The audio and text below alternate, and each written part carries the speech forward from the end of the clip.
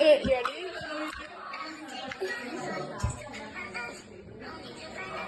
Yeah. You could tell, you could tell. Okay. You ready?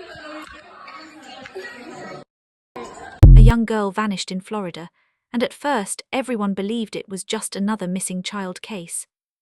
A child who failed to come home, a family desperate for answers, a community holding its breath. But as investigators began to look closer, a far more disturbing story slowly came to light. Because this was not a case of a stranger lurking in the shadows. This was not a random act of violence. This was a story of betrayal, of silence, and of a man the family trusted. This is the tragic and heartbreaking case of Madeline Soto. Madeline Soto was only 13 years old. Friends described her as gentle, shy, and soft-spoken. She loved school, enjoyed simple hobbies, and trusted the people around her without hesitation. She lived in Florida with her mother, Jennifer Soto, and her mother's longtime boyfriend, Stephen Stearns. To outsiders, their household appeared normal. There were no visible warning signs, no obvious red flags. But behind closed doors, something dark was slowly unfolding.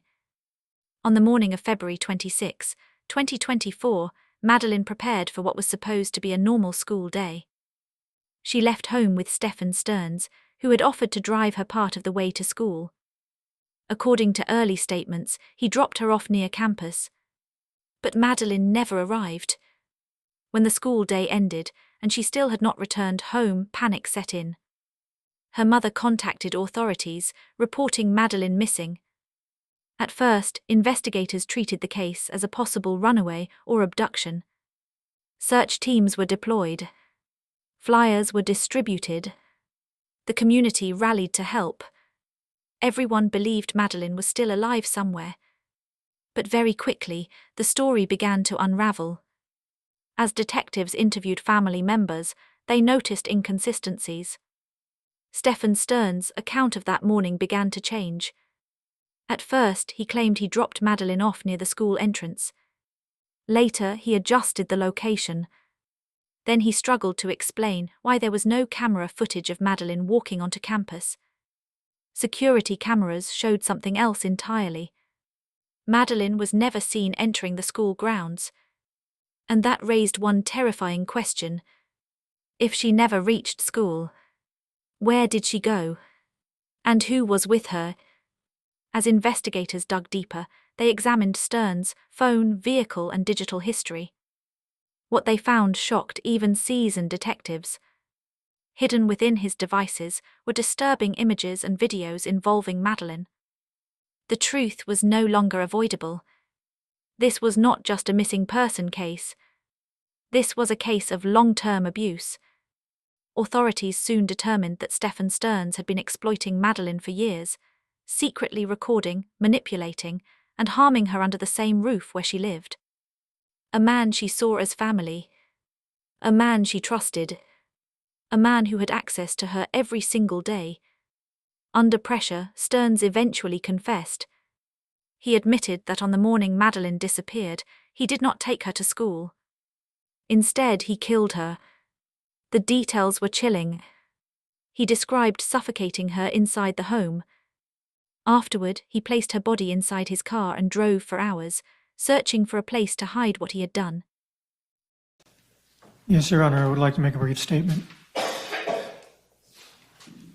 I agree that it's not fair that Madeline is not here anymore. I still have a hard time contemplating a world where she's not around, a world which feels less vibrant and less colorful than it did before. I've prayed to God countless times to trade places with her, to take me instead. And unfortunately, that's just not how he works. I have nothing but sorrow for her loss, and I miss her all the time. Her passing has torn me and my family apart as well, and she truly was a joy. I pray to God that she is in heaven and that he's taking good care of her.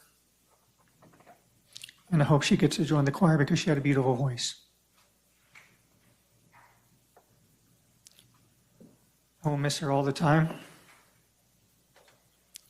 I will never not honor her memory. And I apologize for all the pain.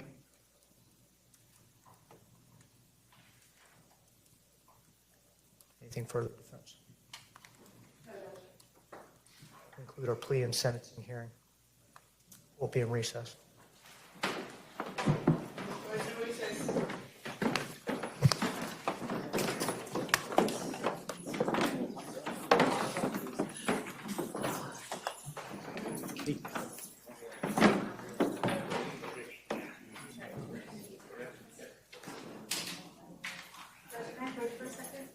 Please coming up.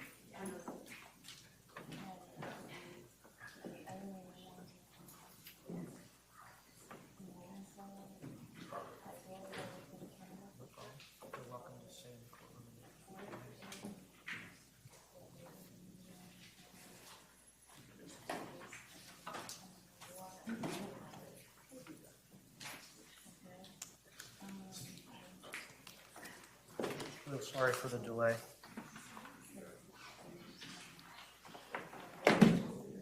Get started in about 5 minutes. Not a problem, Judge. Thank you.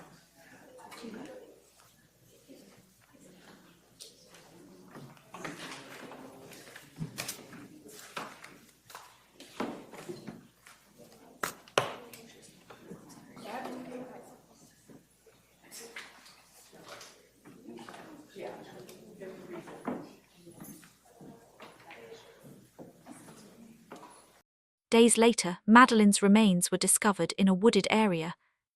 The hope that the community had clung to vanished instantly. Madeline was gone. Shock swept through Florida. People struggled to understand how such horror could exist inside an ordinary household. How a child could suffer for years without anyone knowing.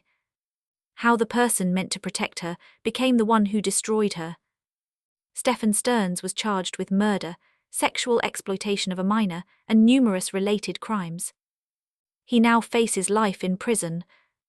But no sentence could ever undo what was done. Even now, many questions remain. How long had the abuse truly been happening? Were there warning signs that were missed? Could someone have noticed sooner? And perhaps the most painful question of all, could Madeline have been saved? Her case has become a grim reminder of how danger sometimes comes not from strangers, but from within the home. From the people we trust most. Madeline Soto was more than a headline. She was a daughter, a student, a child with dreams she would never get to live out. Her life was stolen not by chance, but by betrayal. And her story now stands as a warning. To listen when children are quiet. To look closer when something feels wrong. To never assume that danger always wears a stranger's face. Because sometimes the greatest threat is already inside the house. If you want more stories like this, don't forget to like, subscribe and share. Your support helps us continue telling these stories.